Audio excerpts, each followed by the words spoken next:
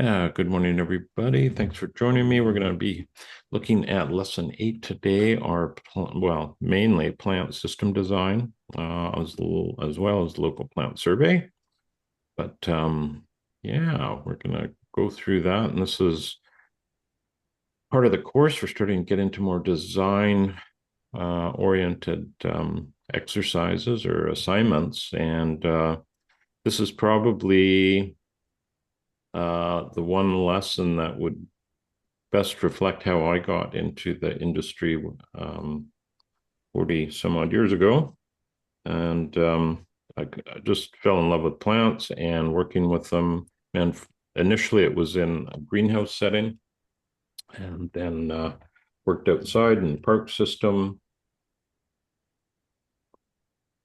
and and slowly got to learn all about plant material and was really drawn towards multi-layered plantings, which is a lot of what we'll talk about today, where we have these different layers of tree, shrub, herbaceous, tubers, ground cover, that sort of thing, and that's essentially what nature creates for the most part in our forests. We have multiple layers, and one layer tends to support another.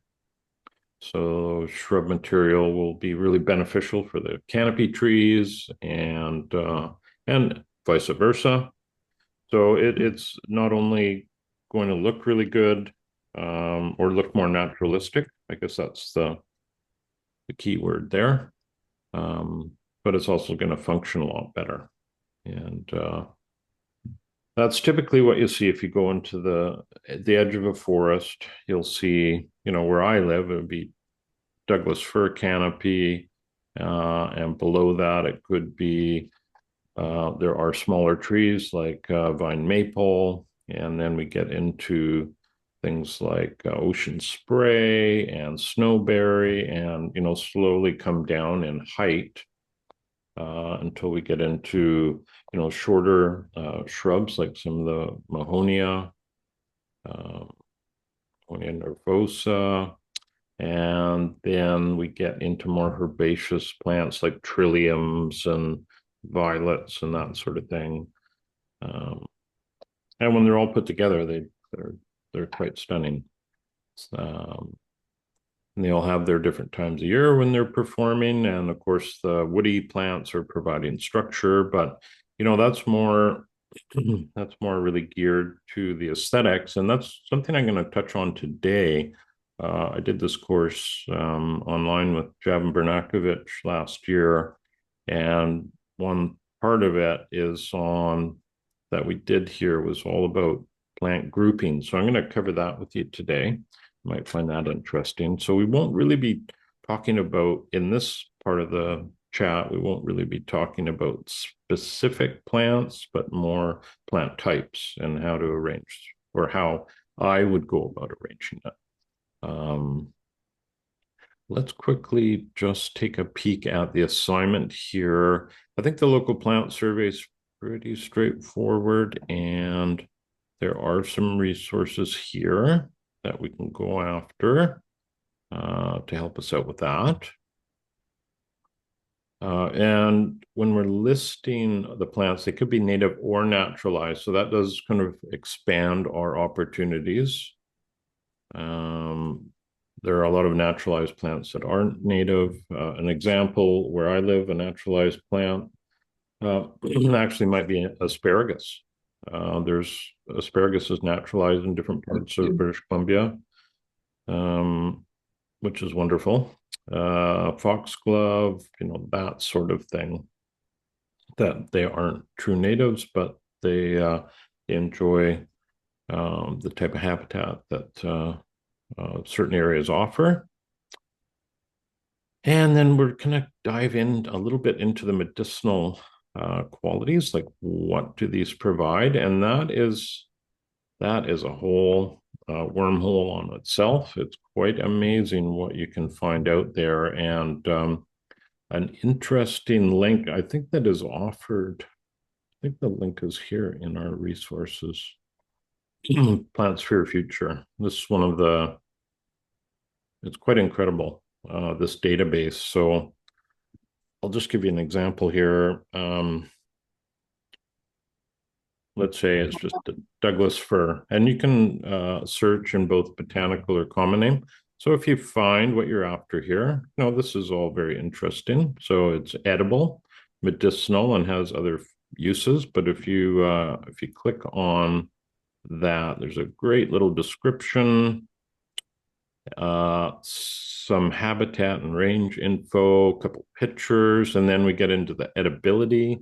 So it's rated as a 2 out of 5. That's probably pretty generous.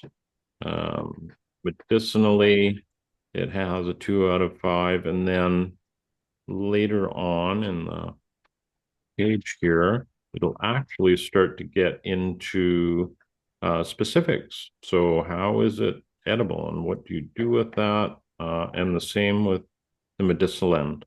And I know with Douglas fir, we used to have it as a tea with some honey. So it's not so good at this time of year, but as soon as you get a little bit of a flush of growth, so it's the young tips that you want, and you just brew that like you would tea and add a little bit of honey, and it is quite, I guess, very high in vitamin C. I'm assuming it is. I'm not sure if they tell us that. No. And of course, it's a major source of timber.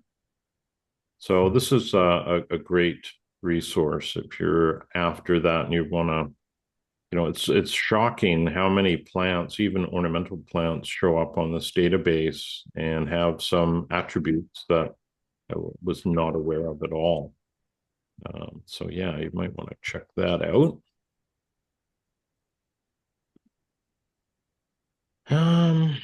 So yeah, we were talking about that. One wild food that historically was eaten each season. And then we're looking for nurseries and farms in your area. So it's a part of the assignment. It's worth 4 points. So, you kind of take it for what it is. It's not, you maybe not want to spend a huge amount of time on that. What we really want to focus on is this plant system design, because now we're getting into the sort of latter part of a concept plan here. And that's one thing that has been discussed amongst the teachers or instructors at OSU here is changing up the way the latter part of the program is run, because we at lesson 8, we're doing a plant system design. And traditionally, if you're doing a design for a client, you're going to do that at the very end, after you have your rough concept in place. So you know where growing areas are, where other elements are in the landscape. Then you're going to look at the details. And that's really what this is. We're getting into more details. So keep that in mind if you're doing this for yourself or for a client one day, is you wouldn't be jumping into details quite yet. So we think we're going to just shift this around in time, where the concept would come maybe in lesson 8, and then we look at details, and then there's a couple of more sessions for feedback on your overall concept. And that's the little bit of the frustrating part for instructors, is we're going to get to lesson 10 and then we'll provide feedback, and then that's it, right? There's no further dialogue on it. And I think that would be helpful for most students, and it certainly would reflect the real world more, because you'll typically submit a concept for review. You'll present it to your client, and then there'll be feedback, and then you'll most likely be editing that a little bit. So yeah, I think that's a good idea. Yeah, I like the sequence better too. Honestly, this assignment was so confusing because I'm thinking you need to do goals, or I think purpose and patterns, and we haven't really talked about that at all. And Right. then I went into some examples to look at the final concept of some people just to get an idea, and then it kind of fit into place. It feels like you're honing in on something really detailed when you Yes. don't have that broad Right. Well, idea. we'll try and simplify it here today. And I would say, the main, and I'm probably, just speaking for this group, really, the main takeaway, if you can do it, is not really like to get to know your plant material. It took me a decade, right, of study, of daily. I was an apprentice. I worked every day. I studied every night. It took at least 10 years for me to get comfortable with all the plants that were available for me to use. There's such a large, ever changing too in the ornamental world. Every year there's new varieties and there's trends that you want to at least follow to some degree.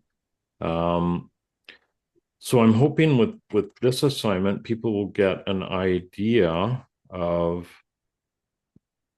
the structure or the overall concept in putting a planting together rather than the fine details. The fine details just are going to take years for anybody to sort out because you have to plant and observe and decide whether you would change anything the next go around. So it's a long process. Even landscapes that we've installed a couple of years ago, they're just starting to really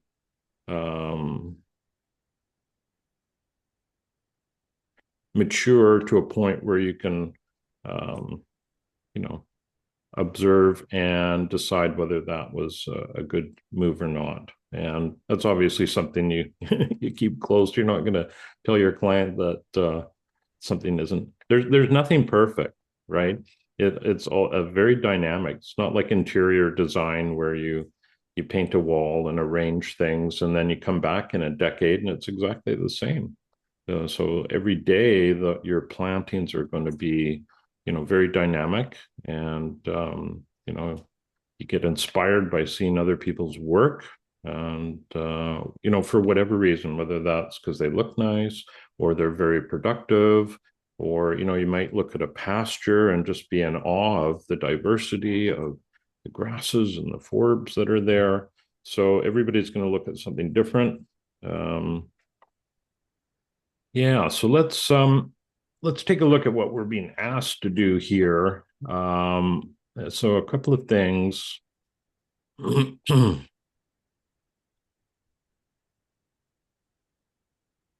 Is a goal. Yeah, that's a good idea. It's a good idea to have a goal with um, any planting area, and that could be anything. It could be beautification, production, screening, all the above, right? Like when we design plantings, there's multiple reasons for it. There's not just a single one, right? But there may be a primary goal with that. So that's a good thing to think about. And what are you hoping to achieve with the planting? Um, and then, what is the focus? Well, I would say for me, the focus is on all of these things. We want to create habitat. We want some level of production, and certainly aesthetics. I came into the landscape world and it was all about aesthetics. So I've, that's always been a part of what I do. It's going to look good, but that's very subjective, right? So, the level of maintenance, and that's going to be hard, perhaps, to determine right now, because it's kind of like planting and seeing how things work out. Uh, I'll get some photos up here. I'll show you a little bit later. But some of the work that we did much earlier in our life, that, like 20 years ago, um, I really enjoyed the look of it. But after observing it over time, you realize that in a lot of ways, the more diversity there is in a planting, the more management is required, more skill, right? So that's a consideration. Um, so the idea is to choose two plants and build around those. So in this example, it could be fruit trees. It could be anything. Uh, Hopefully they may be plants that are existing, and perhaps you don't have them existing, and you want to just put them in place in your drawing. That's fine. Um, you want at least one of these already on the site. I wouldn't worry too much about that. If it's not there, no big deal. You can add whatever you wish. I don't quite understand that part of it. And Jamie, is it one for this particular exercise? Is it one goal, and then like for us it would be restore woodland, and I could take a duck fir, and I could take Oregon white oak, sure. and then build around the systems, like show you the systems. Is that sufficient for this particular exercise, or do you want, because I think the slides have two goals, which that means that's four systems that we're designing. Two goals. Let me take a Yeah, I look at think that. so. Let's take a look at that.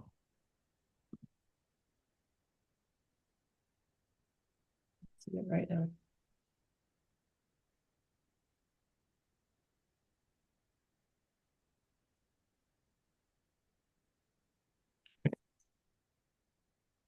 Yeah. Oh, one goal too. Right. Well, say in your case, you're wanting to restore an area, right? That's been disturbed, has it, or is it Yeah, near? because it's pasture. Yeah.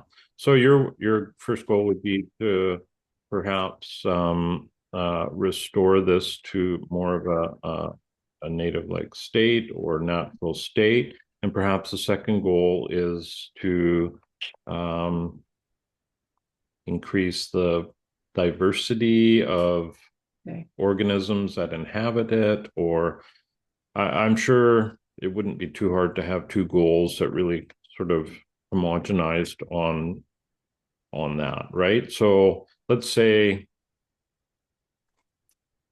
even if it was a very simple goal, say I had a property and it had a property boundary that was wide open. I want to put a hedge in there. So the goal would be for privacy, but if you're using, say, a cedar hedge, Western red cedar hedge, that is going to provide tons of habitat for birds, right? Mhm. So it's pretty easy to blend two goals into the same. Does that make sense? Yeah, it does. Yeah. And I'm not sure why there's two goals here. I think one's good. Um, but, we do want to follow goal three. What? I know. It's almost like you're building out the concept. That's what I meant. Like I had to go back to some of those examples to see, because it feels like you're building out the whole concept Yeah. or Because parts of we're it. And we're they're pretty really detailed. we're really micro, we're just looking at a very, very small, like Subset. this is quite large. This Yeah. example, um, this is more. Let me just get my little drawing tool going here. Oh, this right here, that's kind of what I would encourage Yeah. people to do, just some small space. Yeah. And a lot of people, they'll do the whole property, they'll do their whole urban site for this exercise. And well, good for you. And that's great. I mean, I wouldn't discourage it, but it's not necessary. And you don't get any more points or, there's no, I don't see the advantage. So Yeah. doing something small, you can sort of really nail it. And in this case, there's a tree, shrub, and herbaceous understory. That's what I want to see is different layers, Yeah. and how these interact. It may not be perfect. Um, this person, let me see if I can. And this is, again, we're into details. So lavender. Yeah. So it's possible in a case where somebody says, "Oh, I want lavender," and they put it on the north side of a tree.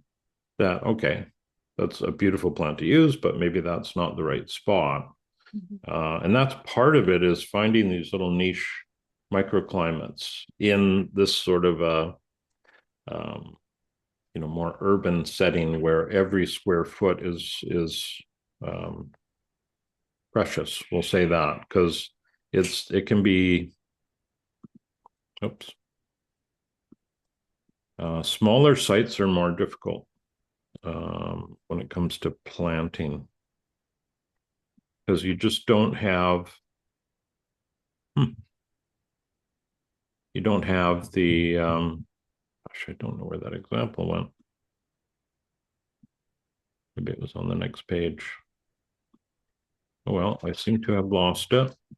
But like this might be a beautiful example. But I know this is a landscape architect. And so for them to do this, no big deal, right?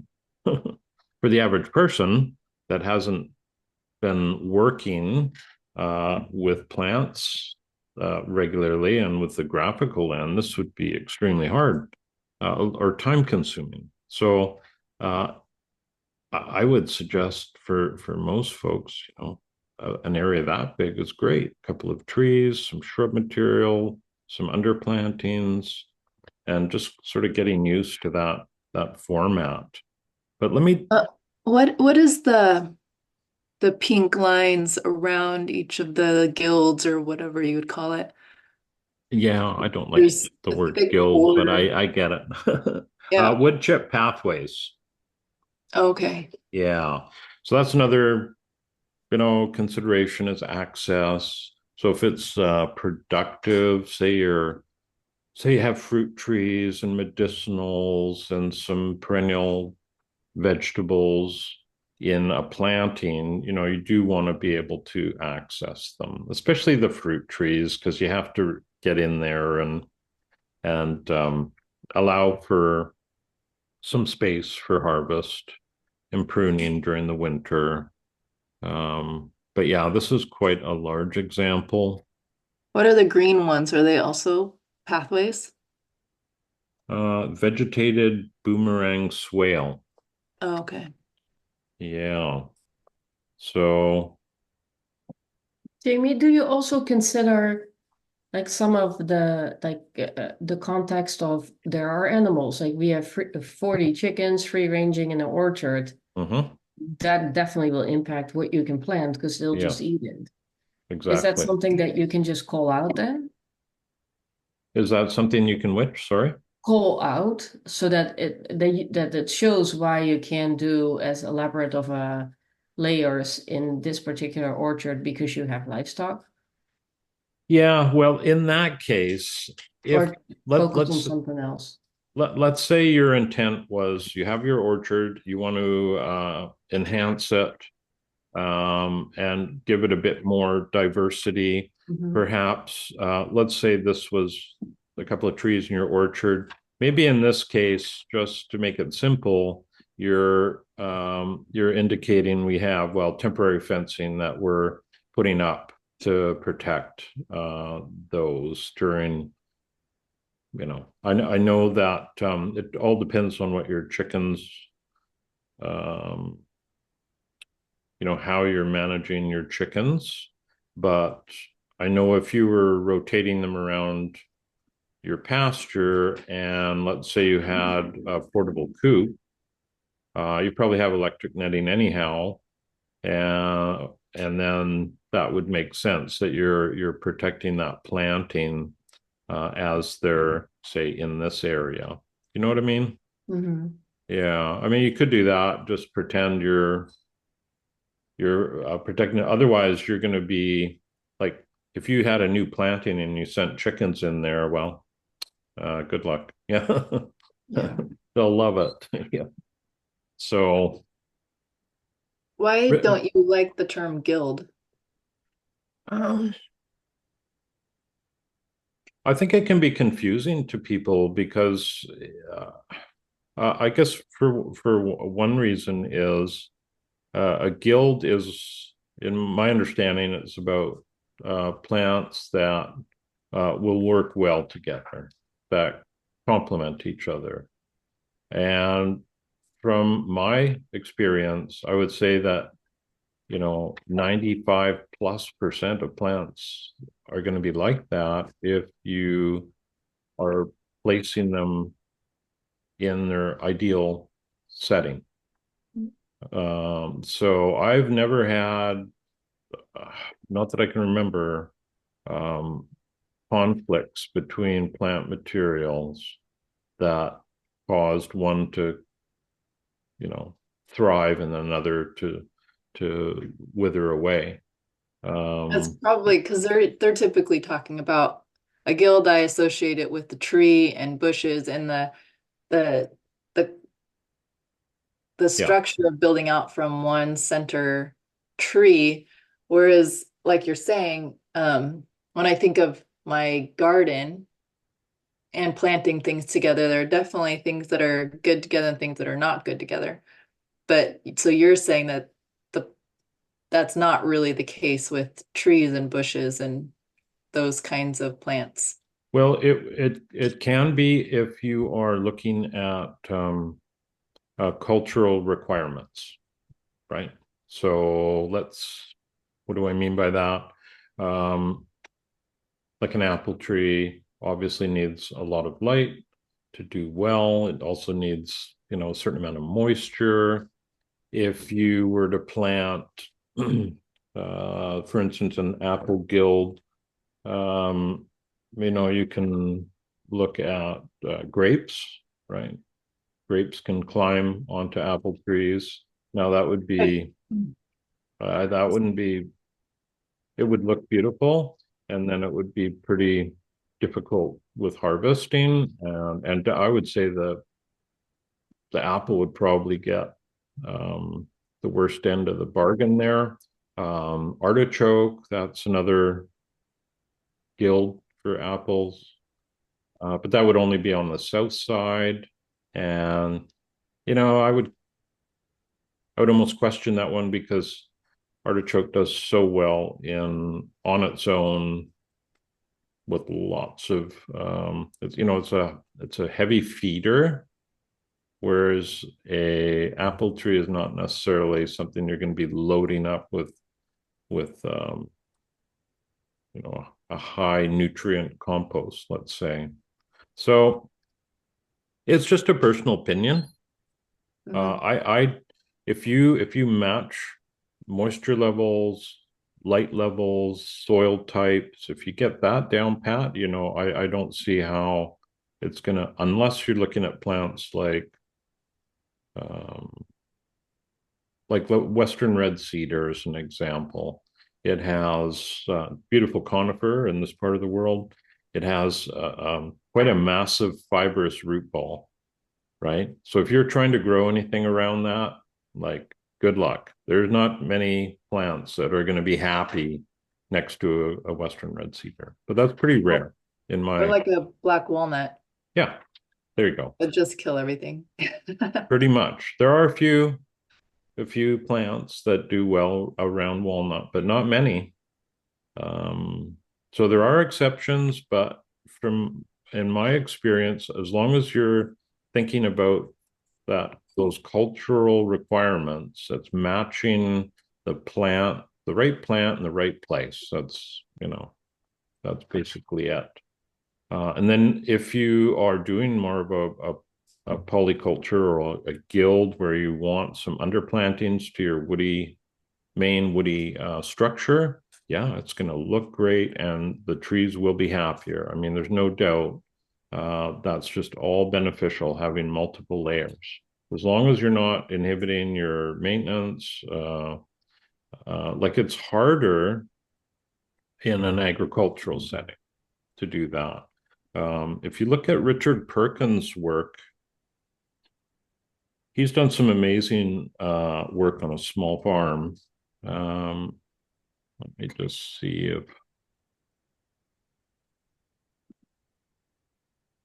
he has this great book, Making Small Farms Work. Although it seems to be hard to get now. I'm not sure why. Oops, I didn't want a video here. This is a long time ago. Yeah, he's got a great YouTube channel. And he's got, I think, about 10 or 12 hectares. So it's not huge, but he's got a lot of little operations. He's got, he had a market garden. He had layers. He had meat birds. He had cows. He had pigs.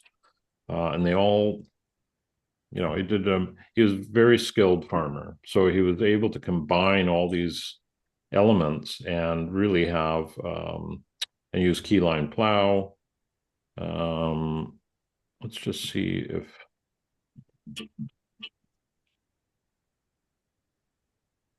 there's his market garden. Beautiful. Some of the older videos that he did would be probably better than the newer ones that showed him building his farm. But he's done a number of different books, Making Small Farms Work. He did one on regenerative agriculture.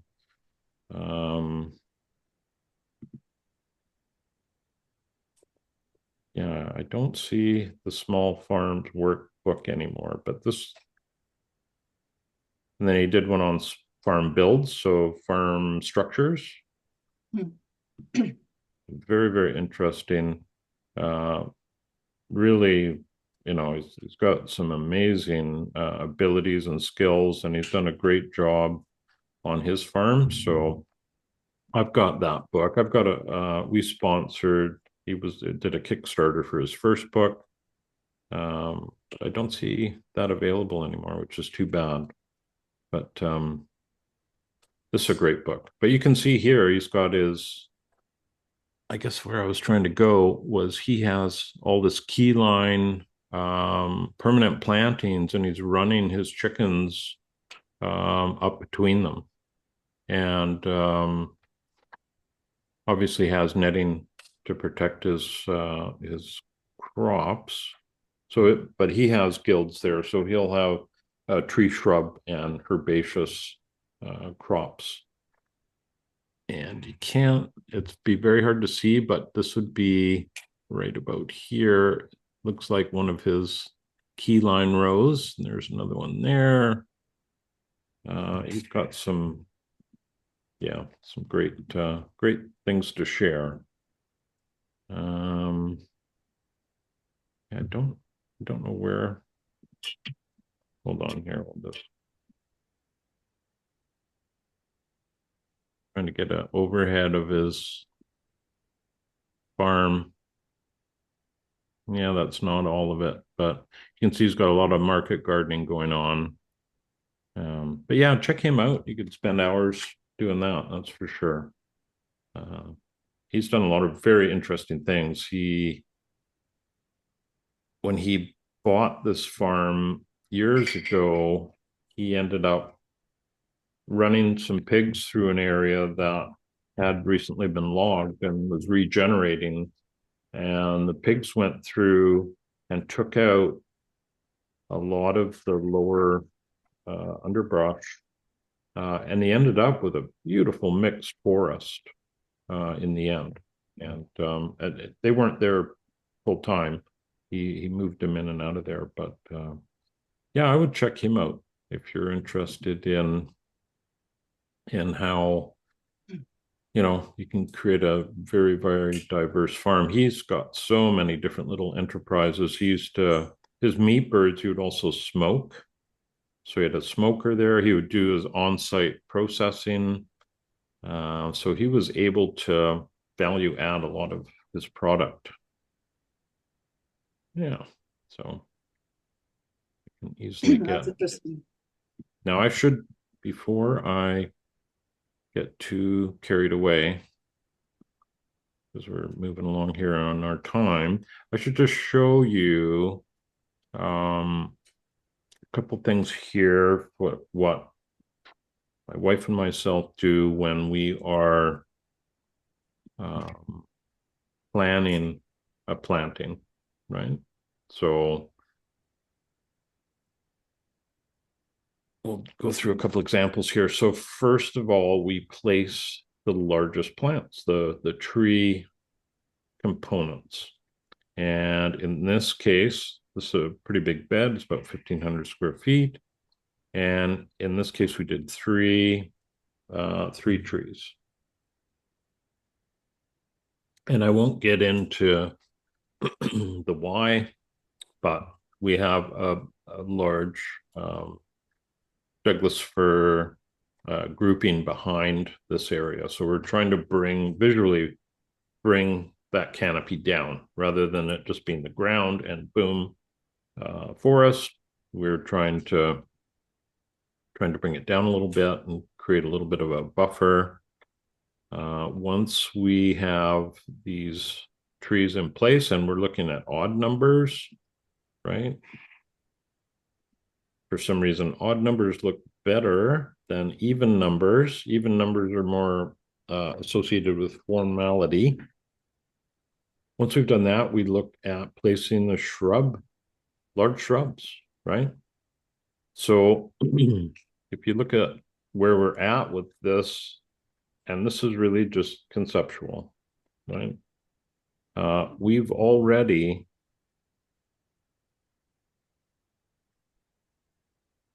we look at this area, we've got 2/3 of the area filled up. And that's great. And these, again, we're going from probably 20-foot high trees. Now we're down to 10-foot high shrubs, so tall shrubs. And in this place, we did not, we could have gone with smaller shrubs now, right? But we didn't because of some of the constraints and what our clients wished in this in this condition or in this setting.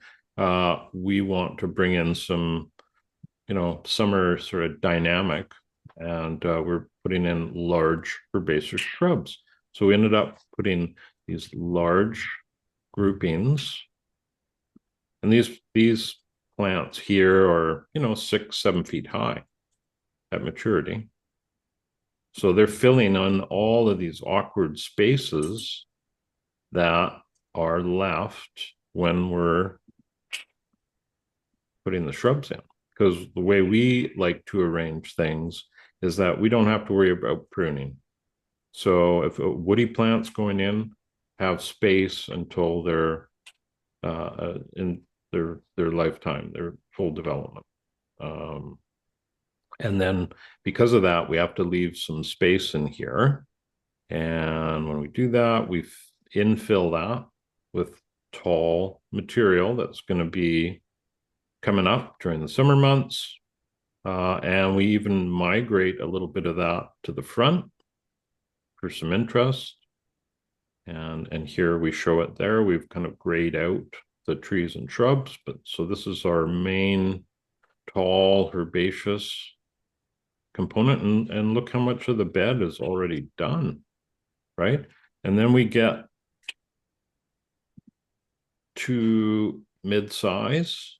So again, we're filling in the front edge, and then we're into smaller or edging.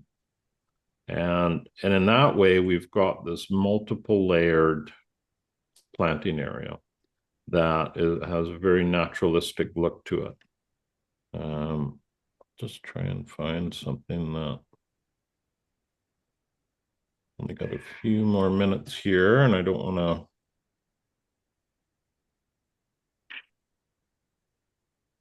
trying to find some photos to show you here.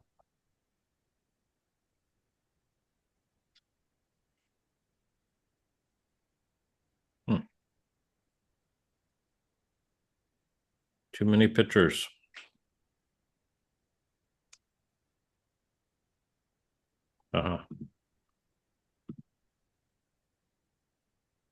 Okay, we will just switch to this briefly.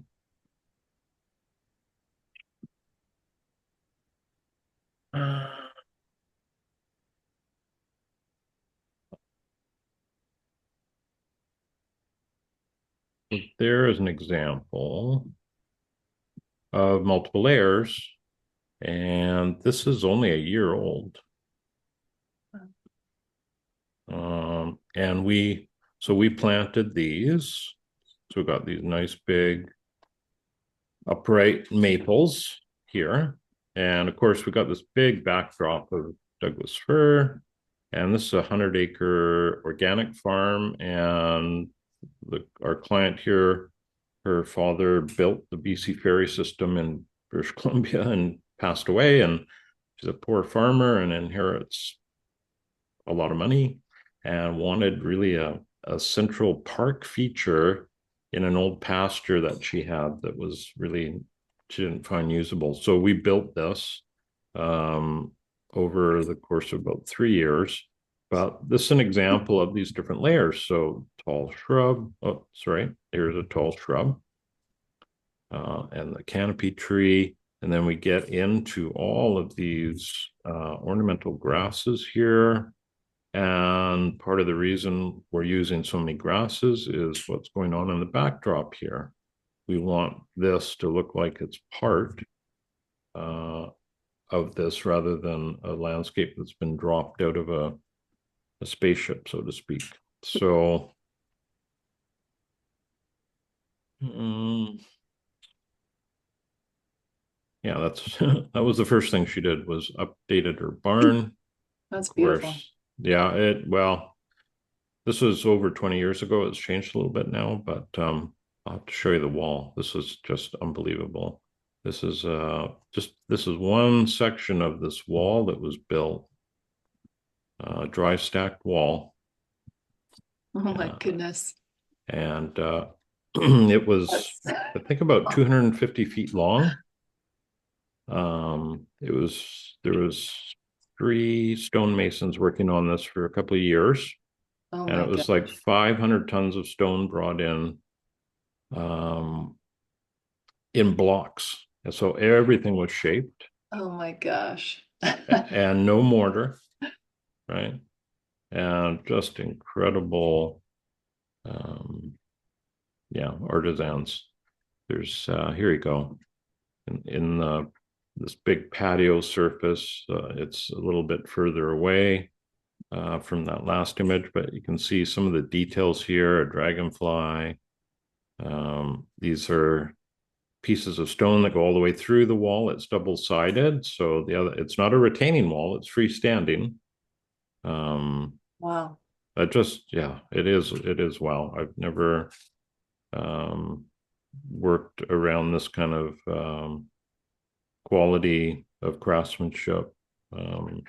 People just don't do this anymore. No, oh my gosh, that's amazing because people, this is an art form. This isn't just getting the money, and like moving on to the next job. Yeah. Yeah, exactly. No, they were here a long time, and we were here a long time too. But in this example, you can see, so this is a Gary oak or a white oak, or Oregon white oak. And so here, and then I believe we had a pear here. So you can see these different layers and how we're coming down. And even, this has nothing to do with your lesson, but walls always look better when you cover them partially.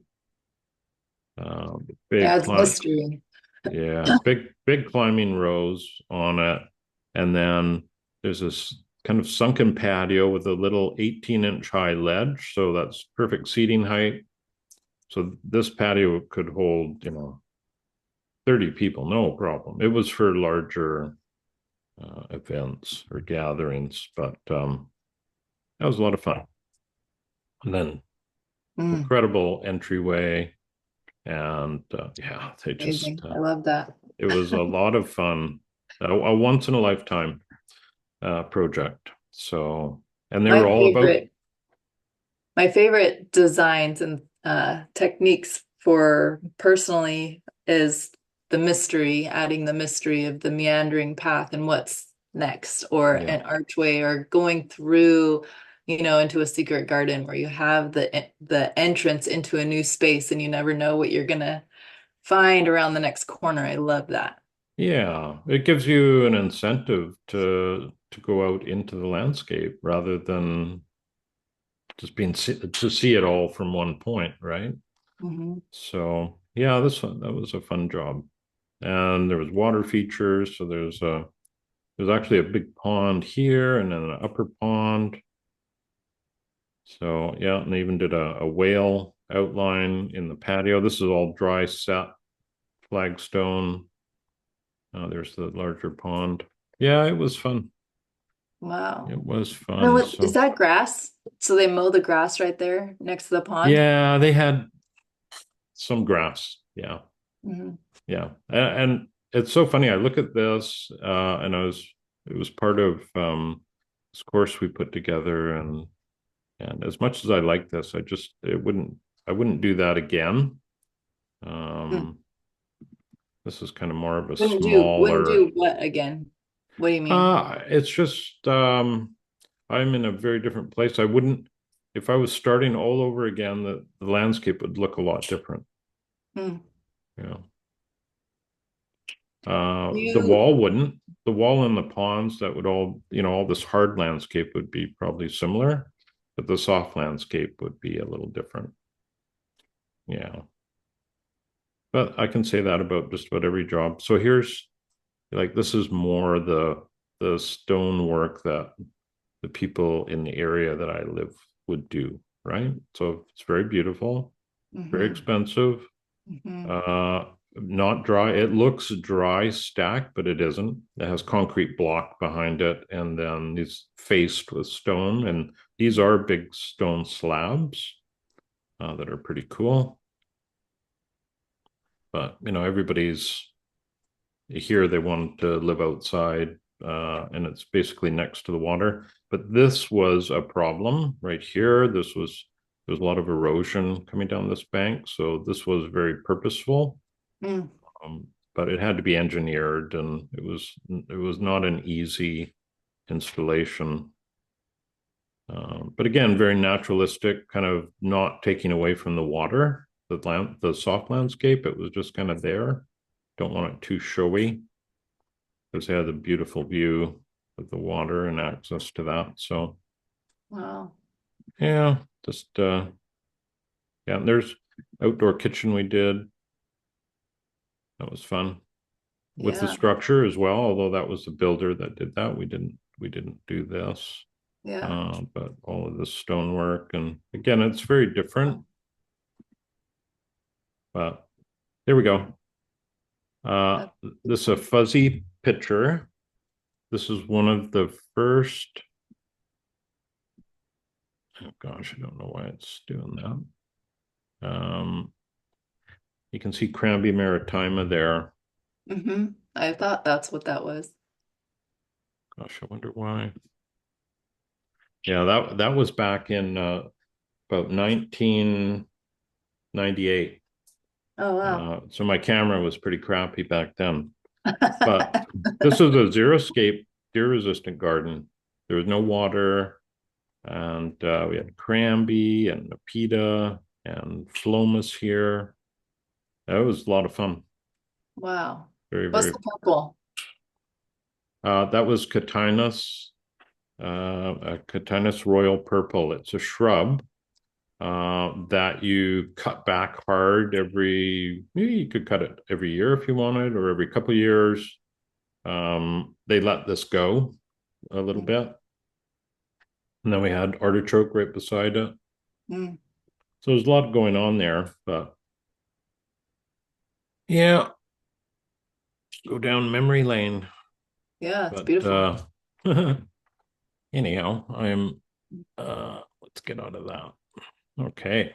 So I don't know if things are any clearer in terms of the plant system design. Does Yeah, it's definitely a lot clearer and it hones in on the main goal of a smaller portion of a localized area.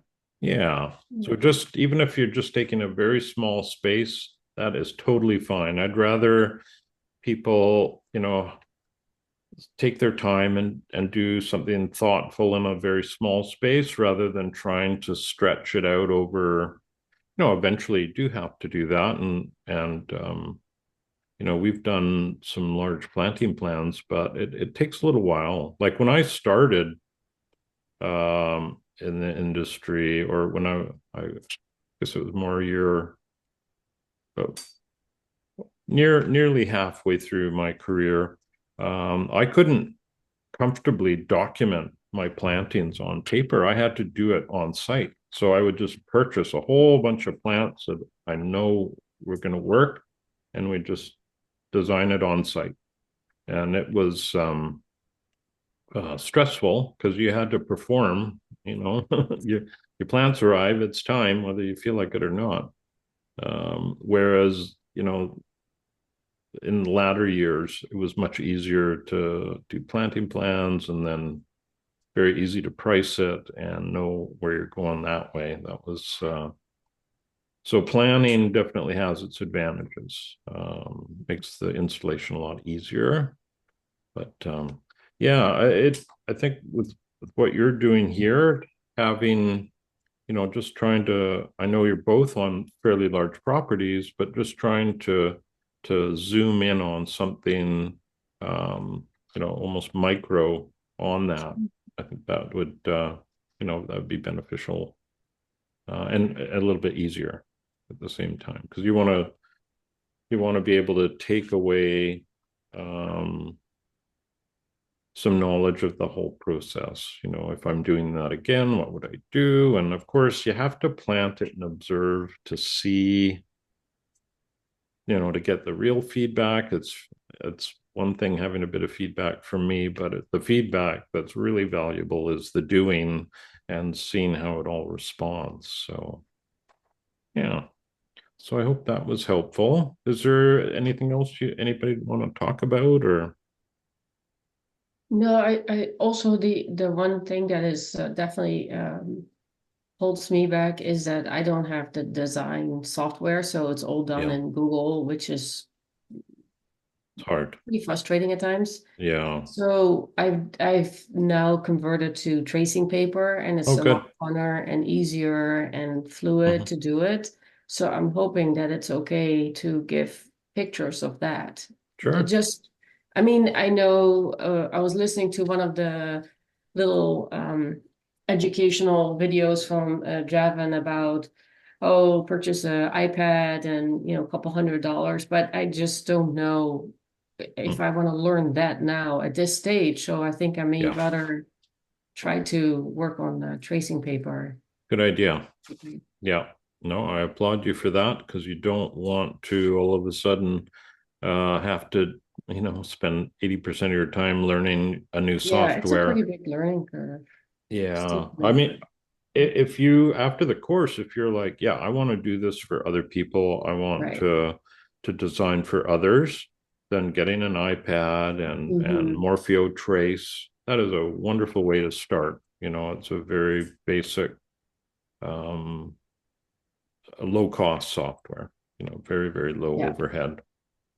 Um, But you're okay with just the paper and oh yeah. copies, taking Oh yeah. pictures. Okay. Because really it's two, we're looking at two things, that we're looking at your ideas, and then there's the graphical Right. representation. Hmm. So yeah, don't worry too much about the graphical end, as long as you're getting your idea across. That's the Okay. main thing. And yeah, and you'll learn lots from it. And I have one more question. So when I sure. see your design with the trees, or when the designs happen around fruit trees, it looks like you take the whole canopy into consideration and you plant outside of that Mm-hmm. for the most part.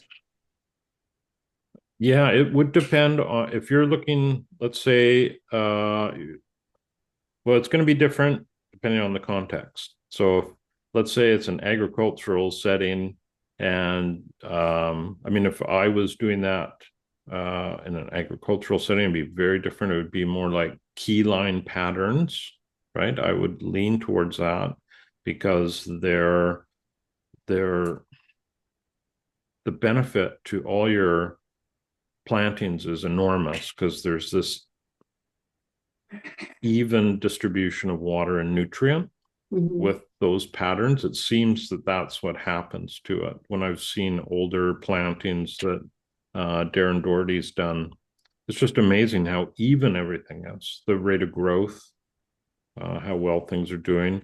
And then between those trees, you could run your lower canopy, your lower shrubs. So say you have gooseberries or whatever it is. So they would it would almost be a very linear planting. It may only be 3 or 4 feet wide. It may be a little more. But you have to plan it in such a way where the maintenance is going to work. So if you're putting fabric over there for weed control, or you're just, depending on how it's approached, yeah, it would be very, very different, but it would be similar in the sense that your goal would be to enhance, let's say, to enhance an existing orchard and to increase diversity and production. So you have to go with whatever your original planting layout is. So typical orchard is grid, right? A grid set out, which is, you can see why they do it. It's if you have a chance to add to your orchard, doing something different might be a good Or plan. even around the orchard, so you're still bringing in, your pollinators, your hedges around the orchard, which may actually create more, warmer areas too. I think hedgerows are really underrated in North America.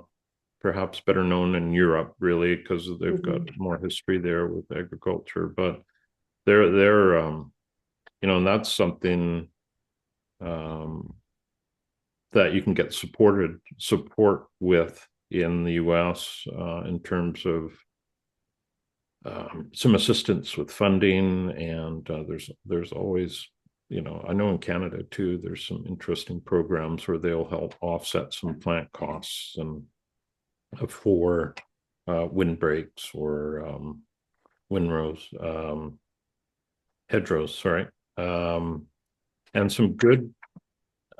some really good resources out there, like Jude Hobbs. I don't know.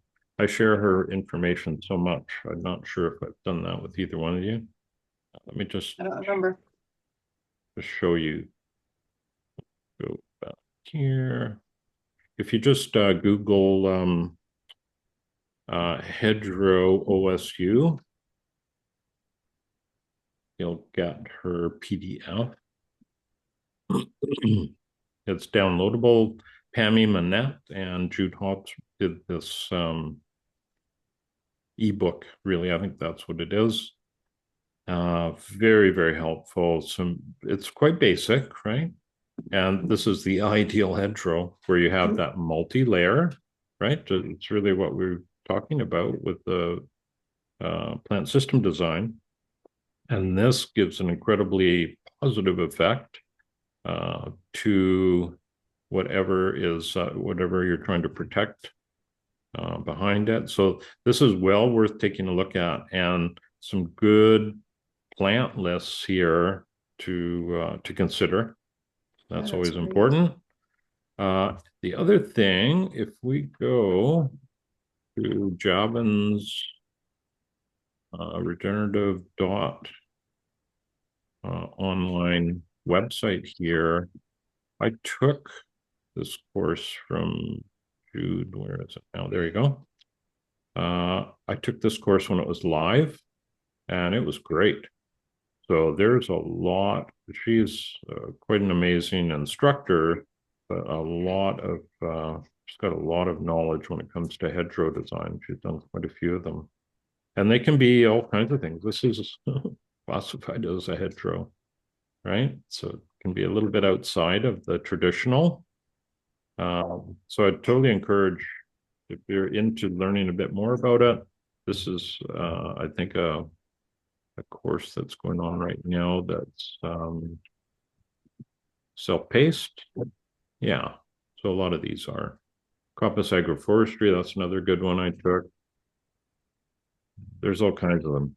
So that is part of the challenge when you get through a permaculture design course is, okay, what next? And then trying to narrow it down because there's so much out there. I try and take a course every year, but I haven't done one yet this year. So this is another one, Joe Tobias. She's doing one on soil science, but it's more the soil food web, right? So all about the soil food web. Very, very interesting stuff. Yeah. So hedgerows are wonderful and need more of them.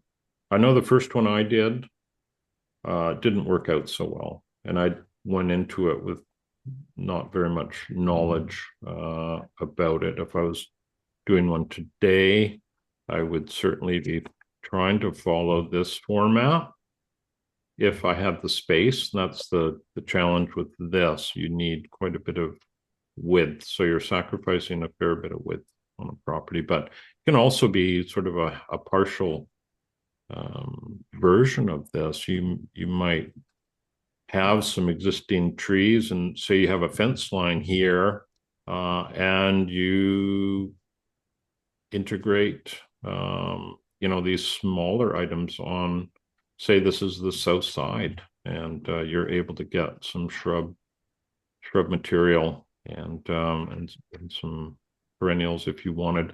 It becomes harder and harder to install the smaller the plant material, right? Because you have all this upkeep afterwards, like keeping tall shrubs and trees, weed free or healthy or outpacing the weeds is a lot easier than when you get into smaller herbaceous plants, especially if you've got if you have a 2,000-foot fence line and you have a hedgerow all the way up.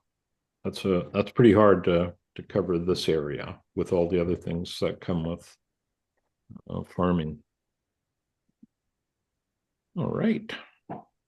Well, Thank you. yeah, well, that was fun. Thank you. Yeah, I hope you have a great week. And is there any other questions before we go? No, but I was going to hope after the recording, I can talk to you for just 1 minute. Oh, sure. Sure. Well, I will stop the recording right now.